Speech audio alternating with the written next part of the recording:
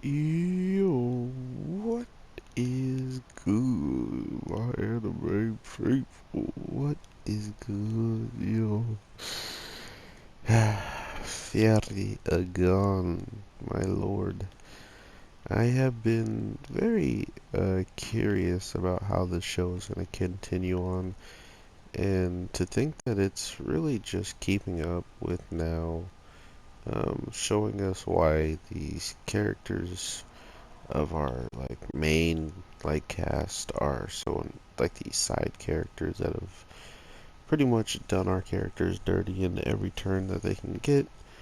Um, they remain important. They remain relatively the focal point of the show when it comes down to slowing things down or even just changing transitions to show us where everything is practically gonna build up to, but we really got to see just how many different levels of the fairy power goes, I guess you can say. We went from seeing multiple fairies getting into fights, but then all of them who were getting in fights seemed like it was relatively one-sided. Like there wasn't really anything to be said on the case of who's stronger than who. But then it seems like once you lose focus and once you kind of allow yourself to, you know, break free and act off of impulse and stuff like that, you do start to slow down. You do start to lose your edge with your fairies, I guess. So all it really comes down to is how connected you are into the battle and maybe thinking of fighting as your fairy. Like seeing what your fairy looks like and actually picturing it, how it would fight, or something. I don't know. But that's kind of the feels that I get from it. And I like just thinking of all the different shows and different source material there are out there of people and characters that use multiple different types of, you know, things besides themselves to fight. But there we got to see the sniper who, literally his fairy grips around his arm and shoots out like a green beam. But the weird part of it is it reminds me so much of the octopus from Hunter x Hunter, who, when he wraps, or like when someone dies and he takes over their body, which I don't think we saw that much of after he fought Killua, but he took over a human's body and pretty much was just using him as a sniper dummy body. So that's what it kind of looked like, the overall monster and how it was formed around his arms, or how the fairy forms around it, which is pretty cool. Um, and I think he has the best design one, even though I think it's the most uh, hindering, I guess you can say. Like, it feels like it's the one thing that slows him down the most, and it makes the most reason why he is a sniper. Because if you try to get close range with that thing, I don't think he's that useful. Um, and just like the girl with the toad who can close her eyes and kind of see through the toad's eyes and see wherever it sees, it's not that good for combat. So it's like perfect for those two to be partners. Like they're one in a kind. You scout them and I'll pop them. Like perfect couple. Um, so now to think that everything is coming to a head with the two main characters and their two counterpart, alternate parts that kind of collide, they kind of want to be on the same side, but because of how things are, they can't be.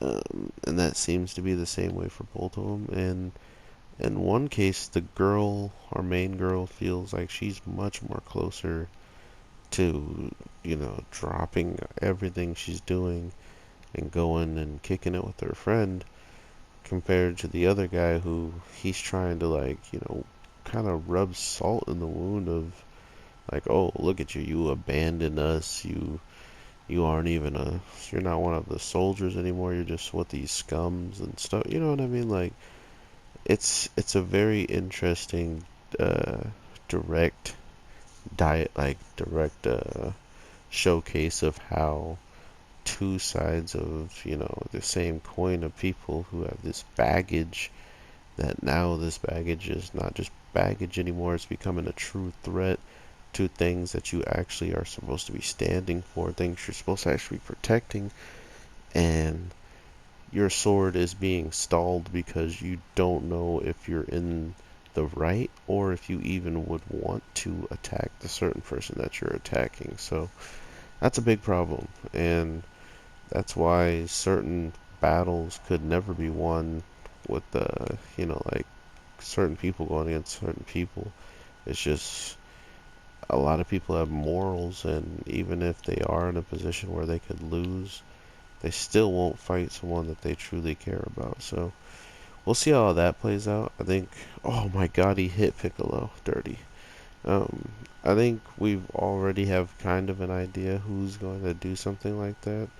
So now it just comes down to seeing how it all kind of unfolds at this point, because multiple characters want to do what's right for certain, like their friends and stuff, but they just don't have, as of right now, no one has the power to stop the evil from happening, right? We have someone who is trying to do whatever he can to revenge his family that's died while he was out on war, and doesn't really have any regulation of how they truly were killed. You just know that it happened.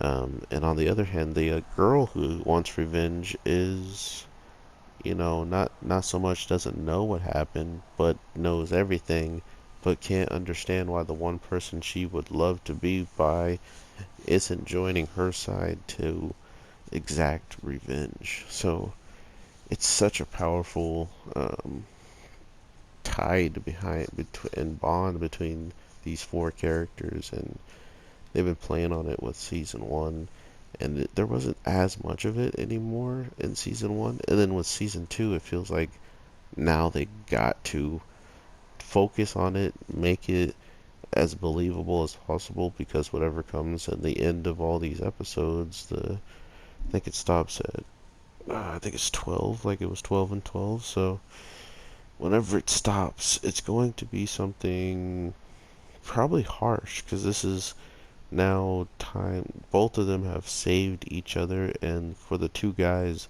they both gotten closer and closer to killing each other, and not only killing each other, learning more about each other. So it's these things that automatically put them in positions where they're at odds, because they're finding out things, or they're saying things that show emotions or show a different side that they haven't seen before, which helps the story carry along between them. So, with all that being said, I hope you guys have an amazing day, night, evening, whatever the case may be.